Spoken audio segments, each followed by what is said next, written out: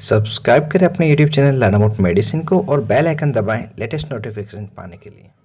दोस्तों, जैसा कि आपने थंबनेल में देख ही लिया है, आज के इस वीडियो में हम बहुत ही ज़्यादा प्रयोग में लाई जाने वाली दवा के बारे में सीखेंगे और हर कोई व्यक्ति इस दवा के सही इस्तेमाल तथा रिजल्ट को जानना चाहता है।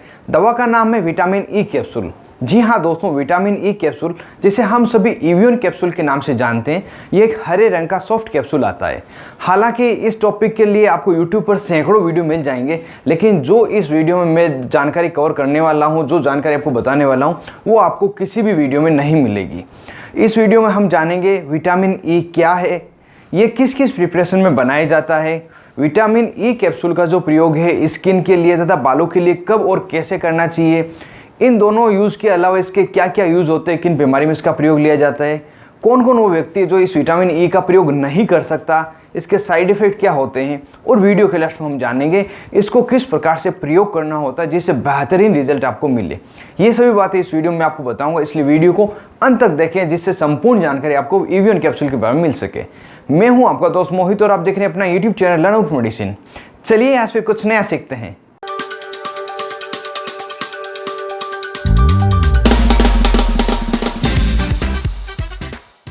हेलो फ्रेंड्स, नमस्ते दोस्तों। विटामिन ई एक फैट सोल्यूबल विटामिन है जो हरी सब्जियों, फलों, बादाम, मूंगफली, वेजिटेबल ऑयल तथा बीजों में प्रचुर मात्रा में पाया जाता है।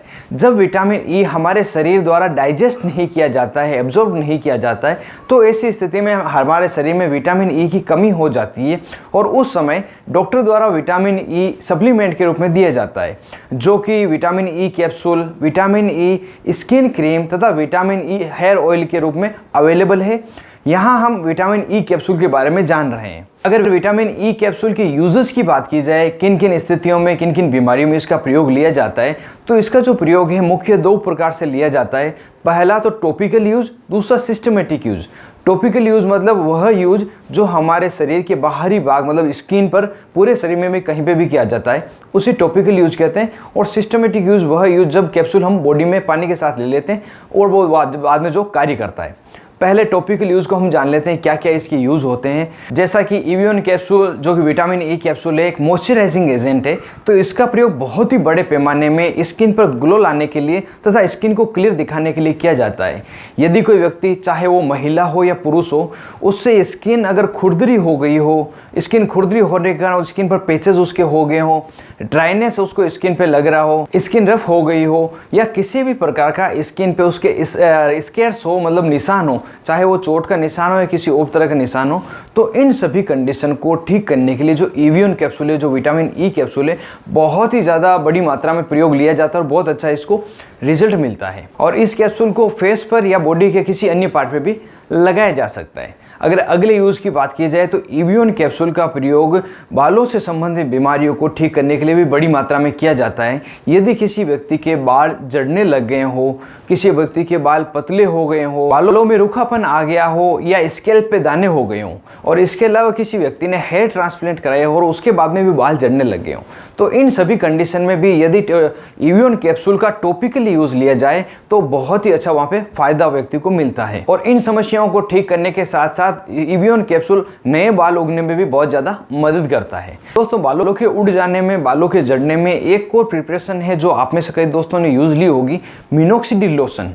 इसके बारे में मैंने अलग से वीडियो बनाए हैं, यदि आप में से कोई देखना चाहते हैं तो ऊपर आई बटन पर क्लिक करके मिनोक्सिडिल लोशन के बारे में जान सकते हैं। साथ ही डिस्क्रिप्शन में मैंने इसका लिंक दिया है, वहाँ पे भी क्लिक करके इसके बारे में जान सकते हैं। और यदि कोई व्यक्ति है जिसको रेडियोथेरेपी हुई है और रेडियोथेरेपी होने के कारण उसके स्किन पर बर्न हो गया हो, तब भी इवियन कैप्सूल फायदेमंद है। कोई पुराना घाव है, कोई वुंड है जो ठीक नहीं हो रहा हो, तो उस पर भी अगर इवियन कैप्सूल टॉपिकली लगाया जाए तो काफ़ी फ़ायदा व्यक्ति को मिलता है।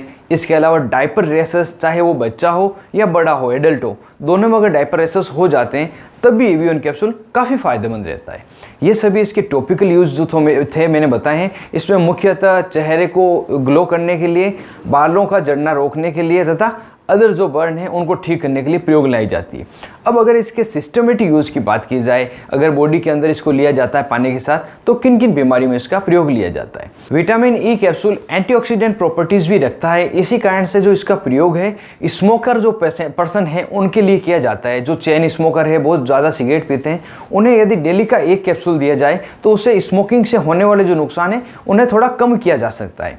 और इसके अलावा यदि सिस्टमेटिक यूज़ की बात की जाए, कोई पेशेंट है इसको हीमोलाइटिक एनीमिया, जिसे सामान्य भाषा में खून की कमी कहते हैं, इसमें आरबीसी ब्रेकडाउन होने लगती है, इसके रिकवरी में सप्लीमेंट के रूप में इसका प्रयोग लिया जाता है। आंखों के संबंधित कुछ बीमारियां हैं जैसे कि retinopathy, age related muscular degeneration नाम की बीमारी जिसमें व्यक्ति को धुंधला दिखाई देने लग जाता है, मानसिक बीमारी जैसे एल्जाइमर डिजीज़, पार्किंसन डिजीज़, इन सभी स्थितियों में भी यह जो कैप्सूल है डॉक्टर द्वारा प्रिस्क्राइब किया जाता है। और इसके अलावा भी यदि विटामिन ई की डेफिशिएंसी हो जाए, मतलब किसी प्रकार की कमी हो जाए और उसके कारण किसी भी प्रकार की बीमारी होती है, तो डॉक्टर अपने एक्सपीरियंस के अनुसार इस कैप्सूल का प्रयोग करते हैं। तो ये पूरी डिटेल मैंने इसकी यूज़ बताए हैं।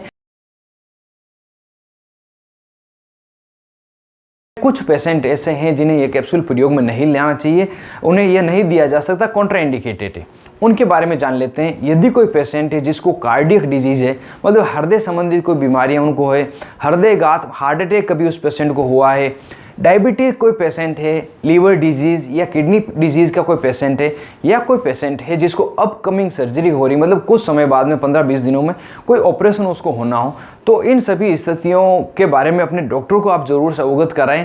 या साथ ही इसके अलावा कोई दूसरी अन्य डिजीज़ हो या कोई मेडिसिन हिस्ट्री हो, उसके बारे में अपने डॉक्टर को ज़रूर से बताएं, जिससे कि समय पर इस कैप्सूल को रोका जा सके। अगर सर्जरी हो या आपको बहुत ज़्यादा आवश्यक हो दूसरी डिजीज़ में भी, तो जो डोज है इसकी कैलकुलेट करके दी जा सके, और यदि ये नहीं दिया जा सकता कोई दूसरी मेडिसिन दी जा सके जिससे आपको कोई नुकसान का सामना नहीं करना पड़े।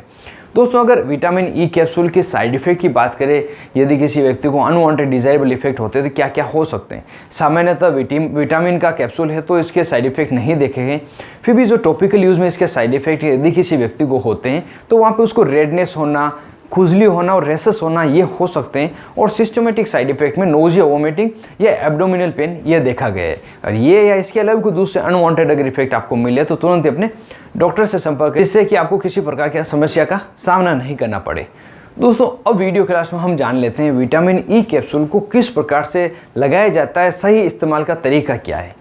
जब इस कैप्सूल को आप चेहरे पे, स्किन पे रूखी त्वचा को सही करने के लिए तथा रूखी त्वचा के साथ में जो पेचेस हो जाते हैं उनको ठीक करने के लिए लगाते हैं, स्केयर को ठीक करने के लिए लगाते हैं, तो उस समय इस एली पे ले लें और उतनी ही क्वांटिटी में रोज़ वाटर, जो गुलाब का पानी, उसमें मिक्स करें। अच्छी तरह से मिक्स करके उसको अपने डिजायर जगह पे लगा ले जहाँ पे आपको लगानी है।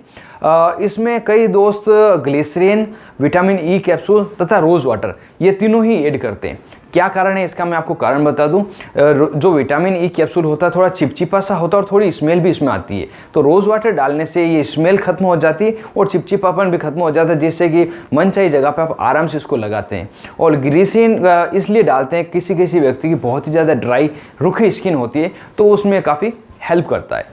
इस कैप्सूल को आप दिन में 1 बार तथा दिन में 2 बार लगा सकते हैं। जो रेगुलर आपकी कॉस्मेटिक है इसके साथ में इसको यूज़ कर सकते हैं। और सामान्यतः जब इसको 15 दिन आप यूज़ लेते हैं तो 15 दिन में अपना अच्छा रिजल्ट बताना शुरू हो जाता है और इसको आप लंबे समय तक भी प्रयोग ले सकते हैं, किसी प्रकार का यह नुकसान नहीं करता। अगर बात की जाए बालों पे इसको किस तरह से लगाना है तो उसके बारे में हम जान लेते हैं। यदि किसी व्यक्ति के बाल झड़ने लग गए हों, बाल पतले हो गए हों, स्कैल्प में उसको दाने हो गए हों, तो उस समय जो एवियन कैप्सूल है 2 कैप्सूल आप फोड़ के हथेली में ले लें। यदि आपके बाल बड़े हैं, आपको समस्या ज़्यादा है तो 3 से 4 कैप्सूल भी आप फोड़ के हथेली में ले सकते हैं।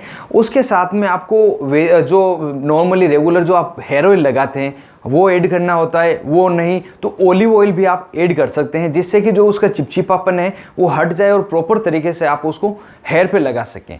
और इसको अच्छी तरह से बालों पे लगाना होता है, स्कैल्प पे भी लगाना होता है। इसको 1 या 2 मिनट तक धीरे धीरे मसाज करके लगाएं। और इस कैप्सूल को जब आप लगातार 1 महीने तक लगाते हैं तो आपके बाल झड़ने थोड़े कम हो जाते हैं। और इस कैप्सूल को सुबह और शाम दोनों ही समय में लगाने से काफ़ी अच्छा आपको रिजल्ट मिलता है। साथ ही यदि आपको किसी भी प्रकार का बालों का ट्रीटमेंट चल रहा है तब भी उसके साथ में एवियन कैप्सूल का आप प्रयोग कर सकते हैं। और ये पूरी जानकारी थी किस तरह से इसको लगाना है, और इसी के साथ मैंने वीडियो कंप्लीट किया है।